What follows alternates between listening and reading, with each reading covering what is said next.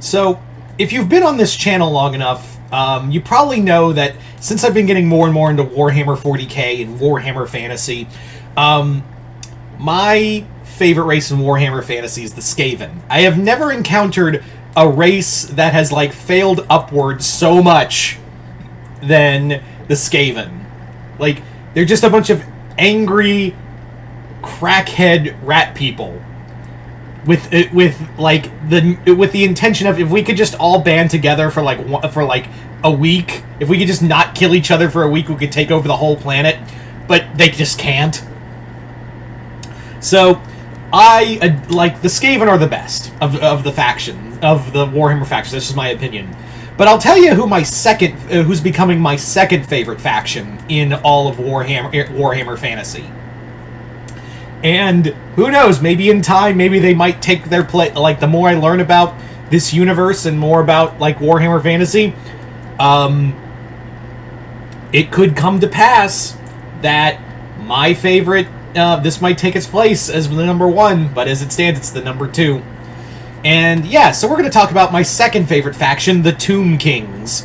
The Tomb Kings are... the Tomb Kings are such a fascinating thing to me. The Skaven feel very original. I think that's why I like them so much, is because the Skaven feel so wholly original in Warhammer Fantasy. Like, they feel completely as a Warhammer... Like, they feel like, yeah, every fantasy setting has, like, elves and dwarves and, you know, human empires and whatnot. But you ever seen rat people? Like, rat people, you hardly ever do. Especially rats who, like, base themselves off of magic and have, like, almost World War I tech. Yeah. But the Tomb Kings are a close second for me. Honestly, the Tomb Kings are, when it comes to other characters, the Tomb Kings are definitely, are a very close second for me when it comes to favorite factions. Let me explain. The Tomb Kings are one of my favorite things they represent one of my favorite things in general, which is Egyptian mythology. Egyptian mythology and just Egyptian aesthetic. I've always dug that. I always thought it was cool, and the Egyptian, like, pantheon always fascinated me. As one of my favorite one of my favorite pantheons of all time.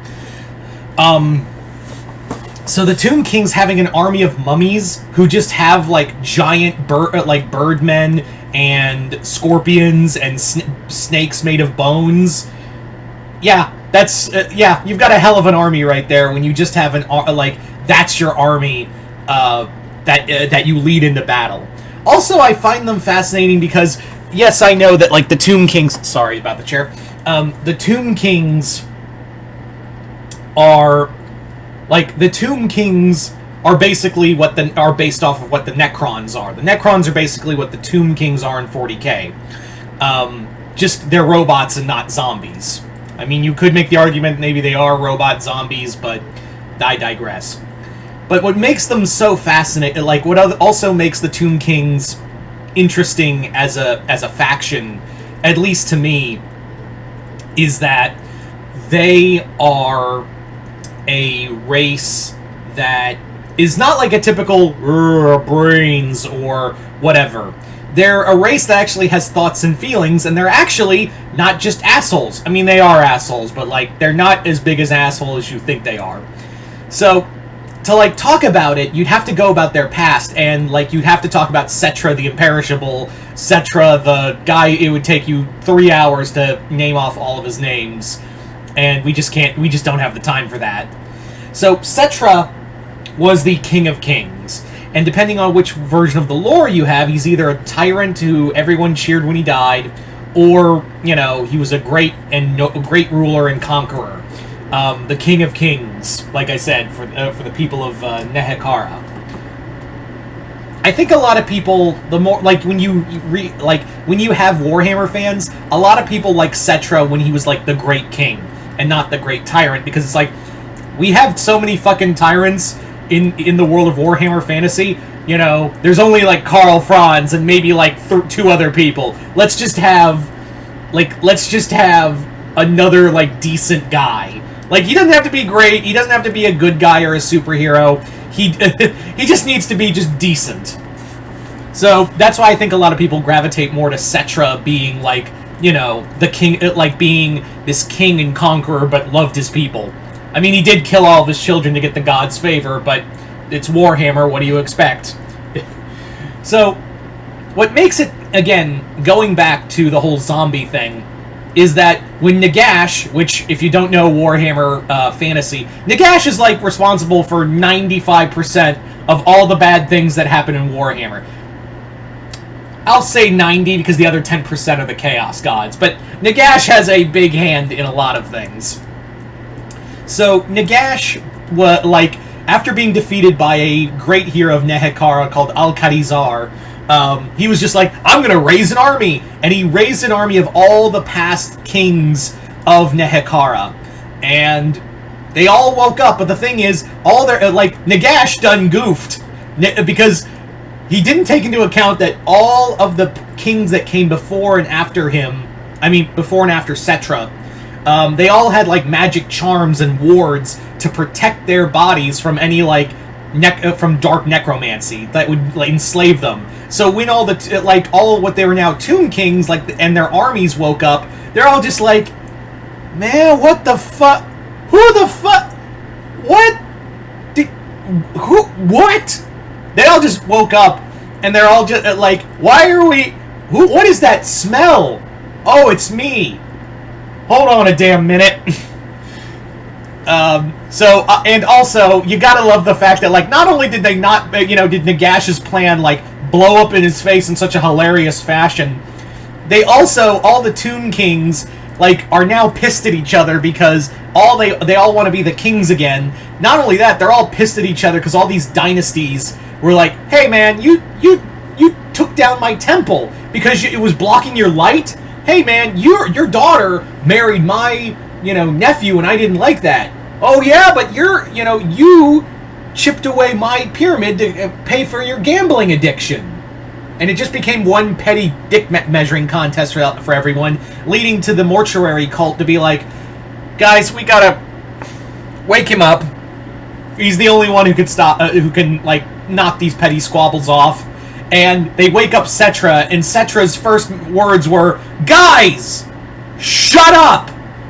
I mean, I'm paraphrasing, of course, but, like, that's how it went. So, and also Cetra was like, hey, guys, where's my golden body? Where's my all-golden body I was promised? And why was I woken up so early? And the mortuary cults, the Lich Priests, were like, that guy Nagash fucked it up, and he's like, I'm gonna fuck him up. Because I love how Nagash's whole thing is like, Nagash does not serve, Nagash rule. I mean, not Nagash. Bleh. I'm not doing another take of this. Cetra does not serve, Cetra rules. And he was like that all the way up to the end times. And remember, like I said, the Tomb Kings aren't assholes. They're dicks, don't get me wrong. They're total dicks to everybody. But they're also, like, they can be reasoned with. Like, the Tomb King, there are stories I've read and researched and learned of where the Tomb Kings are like, you can talk to Cetra, this big zombie, like, this big zombie pharaoh, and talk to us like, hey man, we need to come into your land and, like, do some stuff. And he's like, what are you gonna give me? Oh, we can give you this. Okay, have fun.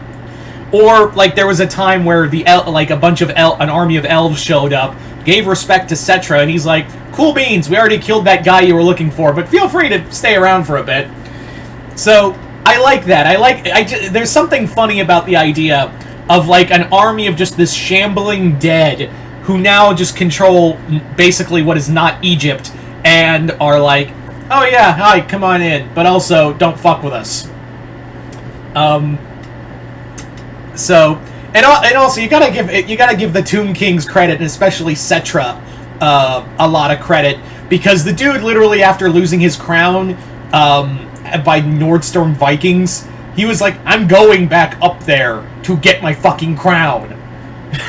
So he went from, like, you gotta remember, it's like not Norway for the Nordstorms. And they have to, like, march all the way north. The Tomb Kings have to march all the way north just to get the shit back. Yeah. And again, like, the other thing is that the Necrons, I know that the Tomb Kings are basically, like, or the Necrons are basically the Tomb Kings in space. But yeah, the Necrons are my favorite faction in Warhammer, for preferably the same reasons why the Tomb Kings are, is that they're pretty unique in the sense that, like, it's a bunch of shambling dead, but they're not like a bunch of mummies going, oh, this is cursed, that is cursed. Kudos if you got that reference. So, also, I don't care how cool you think you are, if you see a 50-foot tall, like, mummy with I-beams who just vaporize the guy next to you, you're gonna shit your pants. I'm just saying. Anyway, so like I said, the Tomb Kings are probably it's a close second for me, but the Skaven are still my favorite faction. But who knows? Maybe I'll I'm very fickle with my favorites. But the Tomb Kings are a close second for me in terms of Warhammer faction, in terms of races. So you guys tell me in the comments below, what do you guys think of the Tomb Kings? Are they your favorite faction, or are they one of your favorite factions? I know this was mostly about Cetra, but that's where a lot of the lore for the Tomb Kings come from that isn't Nagash. So yeah, just comment below, let me know. Other than that, hope you all enjoyed this. I'm Mr. Multiverse. I'll see you next time in the Multiverse.